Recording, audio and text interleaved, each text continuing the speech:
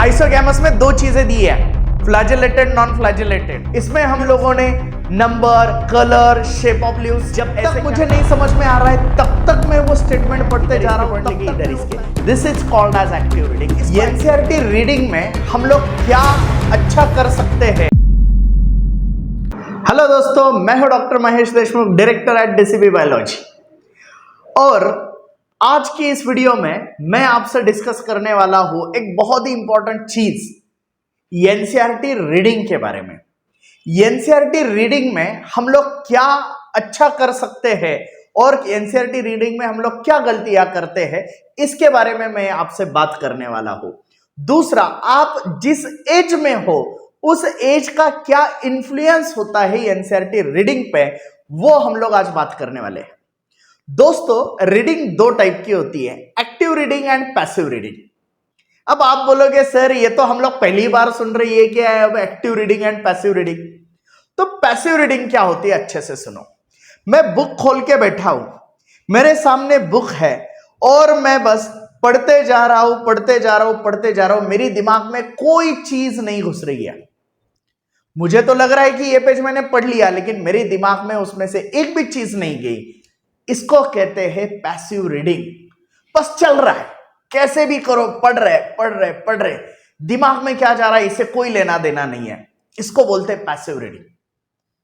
दुनिया भर की सोच में डूबे हुए हैं और बस पढ़ रहे हैं, इसको बोलते हैं पैसिव रीडिंग। रीडिंग करते करते एमबीबीएस के कॉलेज को जाके आ गए, एम्स को विजिट करके आ गए, जेजे को विजिट करके आ गए, एप्रन पहन के घूम रहे, इसको बोलते हैं पैसिव रीडिंग। तो ये पैसिव रीडिंग क्या आप कर रहे हो? और अगर ये कर रहे हो तो दोस्तों आपका रिजल्ट कभी नहीं आने वाला। अब एग्जैक्टली रीडिंग होती कैसे? तो एग्जैक्टली रीडिंग जो होती है उसको कहते हैं active reading. What is active reading? मैं पेंसिल लेके बैठा हूं, हर एक स्टेटमेंट को मैं पढ़ रहा हूं, उस स्टेटमेंट का मीनिंग मुझे समझ में आ रहा है। अगर नहीं समझा तो वही स्टेटमेंट मैं वापस से रिपीट कर रहा हूं। जब तक मुझे नहीं समझ में आ रहा है तब तक मैं वो स्टेटमेंट पढ़ते जा रहा हूं, तब तक मैं वो पैराग्राफ पढ़ते जा रहा हूं, तब तक मैं वो कॉन्सेप्ट पढ़ते जा रहा हूं।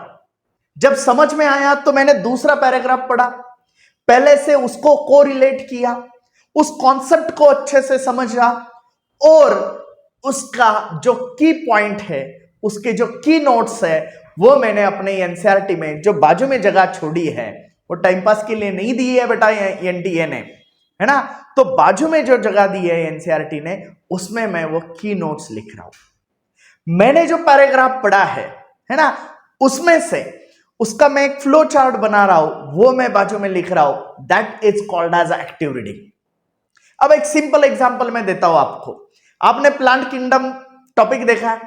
अब प्लांट किंगडम में देखो, सबसे पहले और दूसरे पेज पे क्या दिया हुआ है, क्लासिफिकेशन सिस्टम दिया है, पूरा लाइन टू लाइन भर भर के दिया है। लेकिन क्या बच्चों, ये सारे के सारे पॉइंट्स इंपॉर्टेंट है? नहीं। तो classification system, artificial classification system, natural classification system, इसमें क्या किया, ग्रॉस सुपरफिशियल मॉर्फोलॉजिकल कैरेक्टर्स लिए। इसमें क्या किया, external as well as internal को कंसीडर किया। इसमें हम लोगों ने number, colour, shape of leaves ऐसे कैरेक्टर देखे। इसमें हम लोगों ने क्या देखा, फाइटोकेमिस्ट्री देखा, एम्ब्रियोलॉजी देखा, एनाटॉमी देखा, अल्ट्रास्ट्रक्चर देखा। तो ये होता है। तो मैंने ये ऐसा मस्त फ्लोचार्ट बनाया, इधर इसके पॉइंट लेके इधर इसके। This is called as active reading. इसको एक्टिव रीडिंग बोलते हैं बेटा।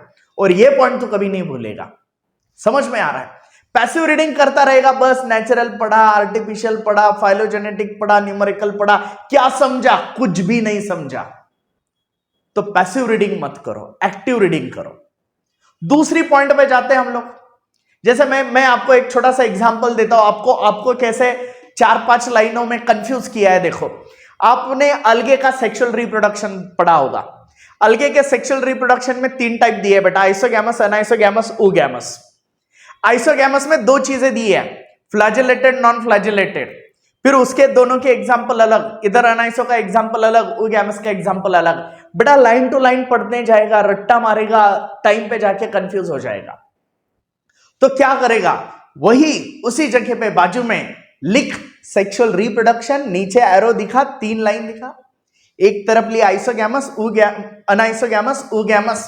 उसका मीनिंग लिख, सिमिलर साइज के गैमेट, डिसिमिलर साइज के gamete, female gamete compulsory large and non motile, male gamete compulsory small and motile. फिर आइसोगैमस में दो टाइप लिख, मोटाइल एंड नॉन मोटाइल, और फिर लिख एग्जांपल, नॉन मोटाइल का स्पाइरोगैरा, मोटाइल का यूलोथ्रिक्स, अनाइसोगैमस का यूडोरिना और oogamous का वॉल्वॉक्स एंड फ्यूकस। तो ऐसे अगर तूने लिख के रखा ना बेटा, तो वो लाइन टू लाइन पढ़ने की बाद में तुझे जरूरत नहीं है, तूने ऐसे पेज पलटते ही तेरे को सारा पिक्चर क्लियर हो जाता है। This is called as active reading. तो बच्चों, आप एक्टिव रीडिंग कर रहे हो या नहीं? और अगर नहीं कर रहे हो तो मैं आज से आपको कहता हूं एक्टिव रीडिंग स्टार्ट करो। तब देखो कितना मजा आता है। तब देखो यार, आपने 1 घंटा पढ़ाई की सारी चीजें दिमाग में घुस गई है, सारी की सारी चीजें दिमाग में बैठी है, और उसका पिक्चर यहां फिट हो गया है, पिक्चर एकदम दिमाग में फिट, और पूरे लाइन, पूरे स्टेटमेंट और पूरे एग्जाम्पल 101% लर्न। इसको कहते हैं एक्टिव रीडिंग। तो अगर आपको नीट में बायोलॉजी में 360 आउट ऑफ 360 मार्क लाने हैं, अगर आपको नीट को क्रैक करना है, अगर आपको एमबीबीएस की सीट चाहिए, तो बेटा पैसिव रीडिंग सपनों वाली रीडिंग है, उसमें कुछ नहीं मिलेगा, सिर्फ सपने मिलेंगे। और एक्टिव रीडिंग मेहनत वाली रीडिंग है, उसमें तेरे को रिजल्ट मिलेगा। तो तुझे सपने चाहिए या रिजल्ट चाहिए, ये तू डिसाइड कर। तो दोस्तों, ये वीडियो आपको कैसे लगा? और ऐसे ही इंफॉर्मेटिव वीडियो अगर आपको अच्छे लगते हैं, अगर आपको सच में नीट क्रैक करना है, आप अगर ओरिजिनल नीट एस्पायरेंट्स हो, तो ऐसे ही वीडियो देखते रहना। और ये वीडियो अगर आपको इंफॉर्मेटिव लगा है, अच्छा लगा है, तो इस वीडियो को लाइक और शेयर करना मत भूलो, और डीसीबी बायोलॉजी को सब्सक्राइब करना मत भूलो। Thank you very much.